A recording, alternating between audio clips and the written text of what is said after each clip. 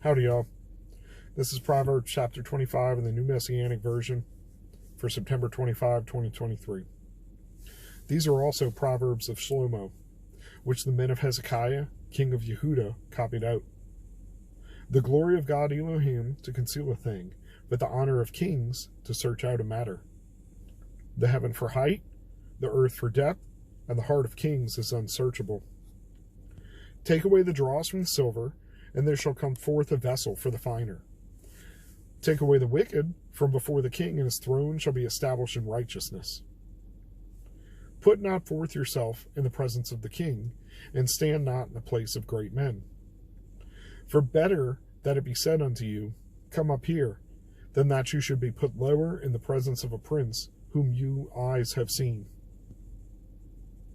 Go not forth hastily to strive, lest what you do in the end thereof when your neighbors put you to shame.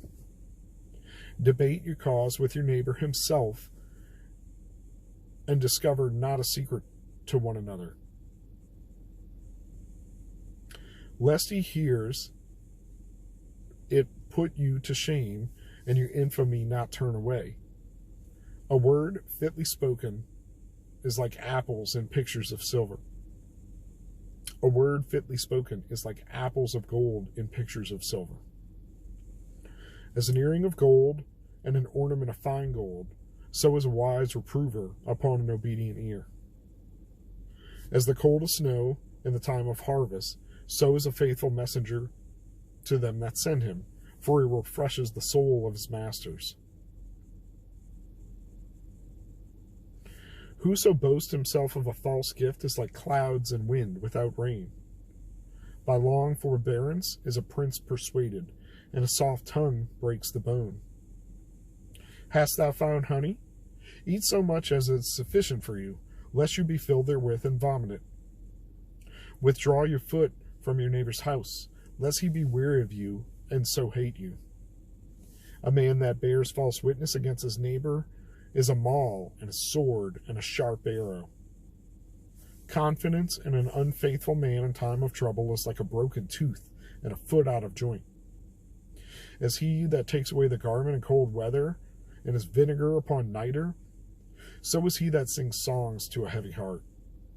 If your enemy be hungry, give him bread to eat, and if you be thirsty, give him water to drink, for you shall heap coals of fire upon his head, and the Lord Jehovah shall reward you.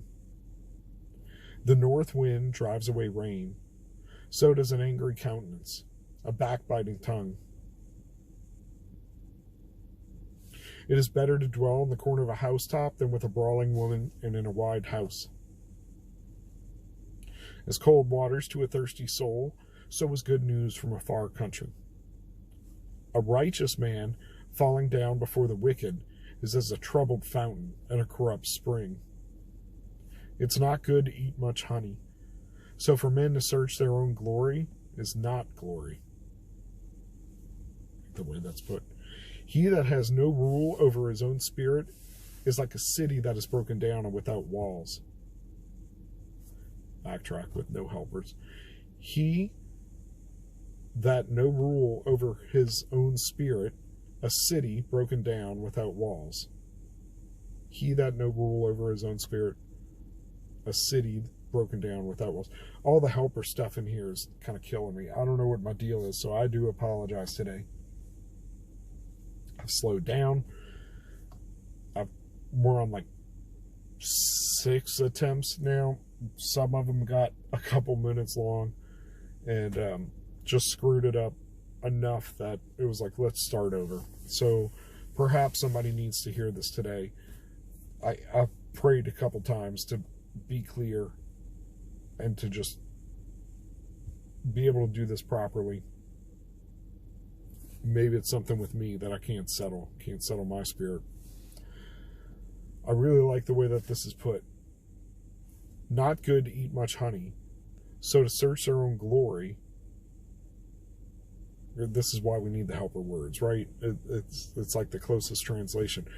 To search their own glory is not glory. To search your own glory. I guess you got to be able to read the Hebrew to understand the difference in the word. So it is not good to eat much honey. So for men to search their own glory is not glory. I like the way that is put. I'm going to run out of time this time, not because of the time on the camera, but because I need to report to pick up my shift, and they get impatient. So I only have a few minutes. This is what we were talking about in house church. That is the glory of God to conceal a thing, but the honor of kings is to search out a matter. So we were talking about creationism, evolution, long timeline, short timeline, all these things. And we had various takes on it, right? But one of the things that I recently learned about a couple of different things. So there's a video floating around YouTube. It's like a short, and it's this gentleman. And he's like, if you're thinking about getting serious about biblical chronology, don't do it. It'll make you crazy, essentially. Which I believe it. But also there's this big book. It's like the chronological... I'm blanking on it. Atlas? That's the wrong word.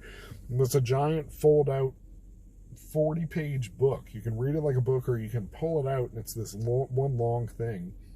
And it traces all the lineages and timelines and stuff of like the biblical figures and things like that. But here's something I recently learned. In, for instance, the Egyptian tradition, 110 is like a full, complete number. It's honorific. So for them to say that Joseph died at 110, well, did he make it to 110? Did he make it to more than 110? But we want to honor him with like a perfect number. And this happens with some of the Jewish authors as well.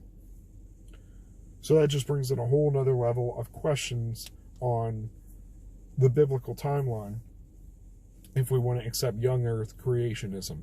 Because that can add years, that can subtract years, that can bring us kind of all over the board. So I'm curious to learn more about that. But I digress. But the point is, the Lord has made this creation and this universe that we live in.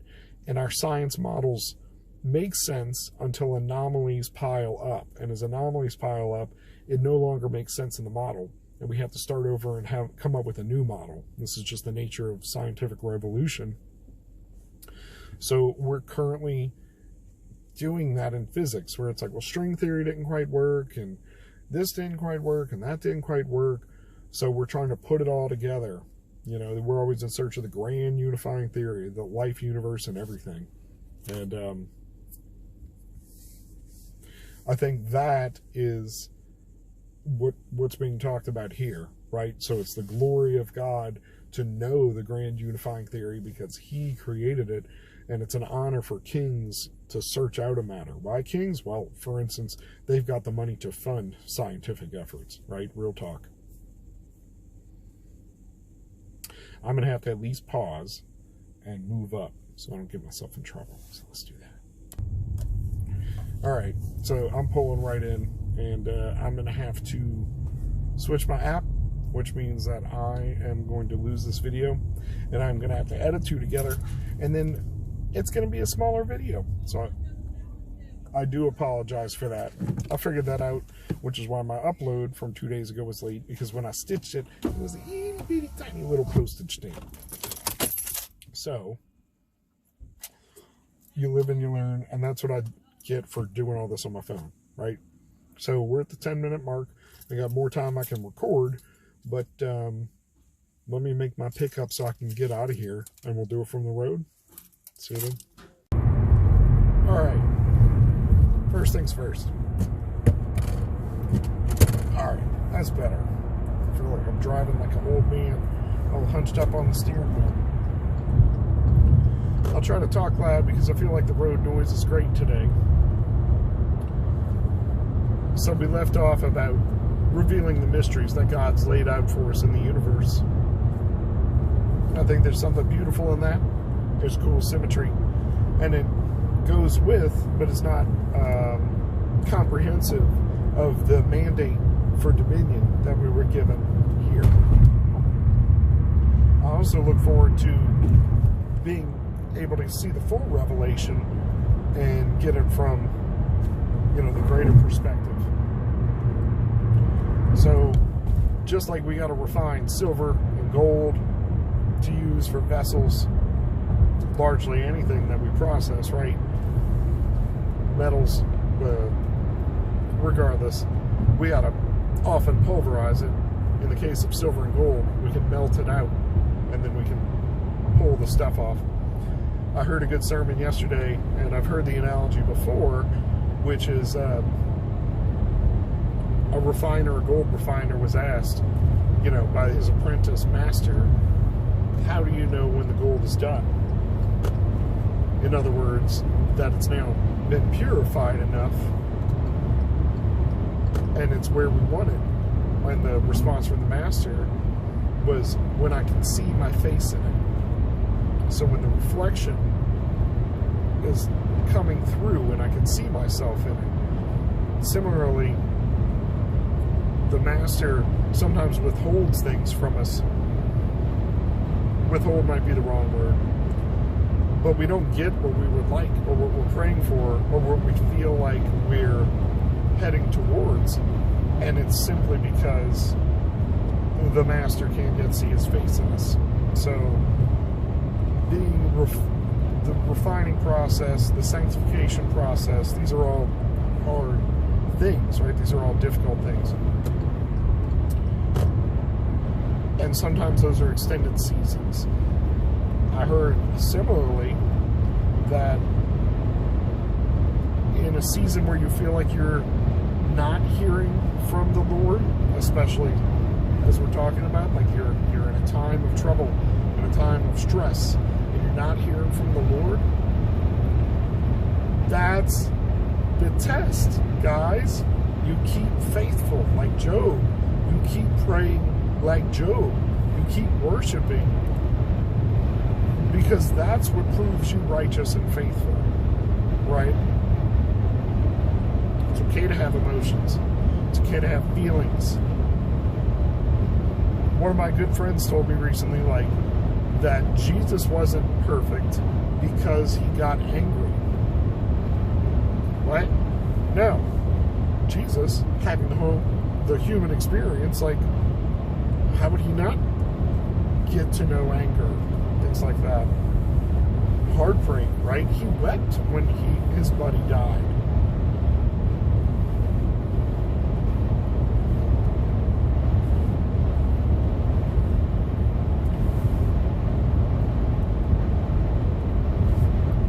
Try to solve problems interpersonally. Go to your neighbor, because I struggled over this one about discover, because it has multiple definitions. Uncover, reveal, have first sight of. Not a secret to another. So first is, don't rush into court, because you might be put to shame, once you're there, because your case won't sound as good to other people as it does to you. That person might have a logical case and explanation to give their account. And if you go first with your grievance as to why you've dragged somebody into court, and then they give a good response, right, a fitting response, it won't go well for you. You put to shame. But before that, we should be going to each other, trying to solve our problems, trying to come to an agreement. Thirdly, if we can't do that, or in the process of that, we should not be revealing secrets, gossiping, destroying confidence among somebody we have a conflict with, going to somebody else, a third party. Especially, we shouldn't be doing that, period, but especially because unless he hears it, that person hears it and puts you to shame. And then your infamy will not turn away. That dude was my friend, and he betrayed me. He told everybody my business and made me look like a fool. Don't trust that guy. What are other people going to say? No. Well, most people are going to be slower to trust that person with their personal information and their confidence anymore.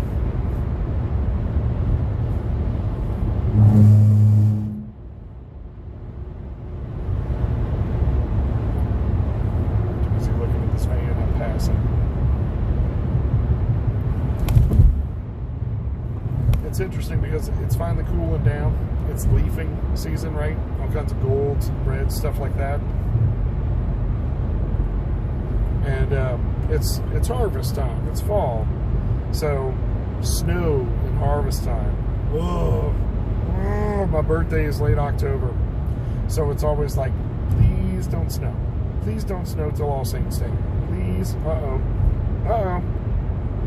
So much for 2% chance of rain. I'm starting to get rained on. But it's interesting that this is the analogy that's used, and it's refreshing because it's like, yes, the season's over, the season's changing. I don't know, there's something nice about it. I'm going to hit the line anyway. I'm looking right at it. I'm still going to do it in this part of the highway. You shouldn't promise gifts and then not give them, right? Don't say you can do something and then not do them. Don't tell your friends they can have something and then not bring it. I'm guilty of this just because I'm a procrastinator. So today, I knew that I was going to be making a catering pickup next to their house within a couple of blocks. So I managed to get all that stuff in the car, drop it off after I made my pickup on my way to the other thing. So, whatever. One more thing off my checklist. That way I'm not found lacking or giving empty promises.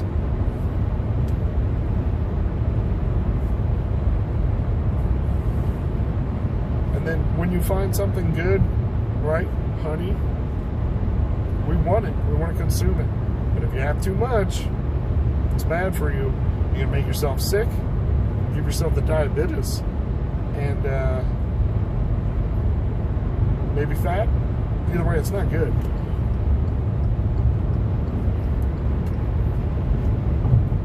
And it's interesting, like, yeah, we love our friends, we want to be neighbors, but it says don't be so often in your neighbor's house that they get weary of you.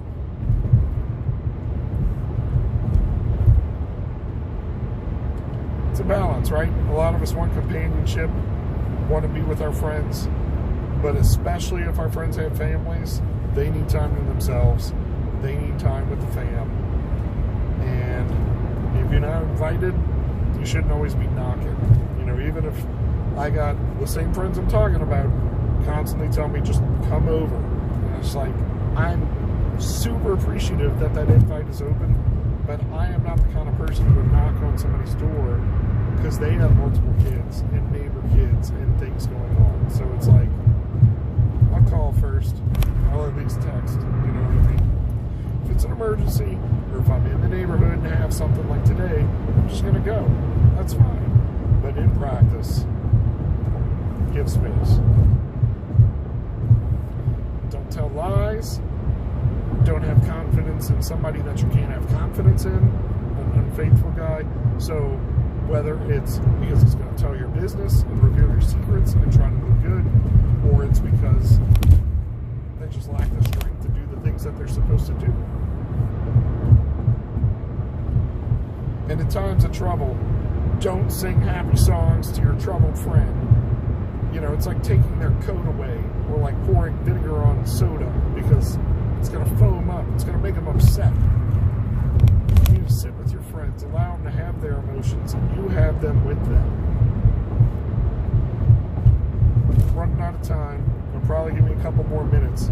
Stitch it all together if I need to.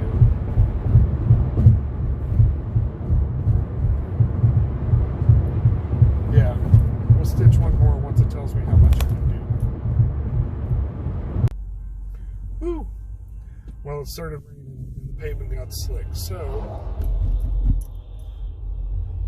it was best that I just not be messing with the camera at all. Finished my route early, 2/3 the time.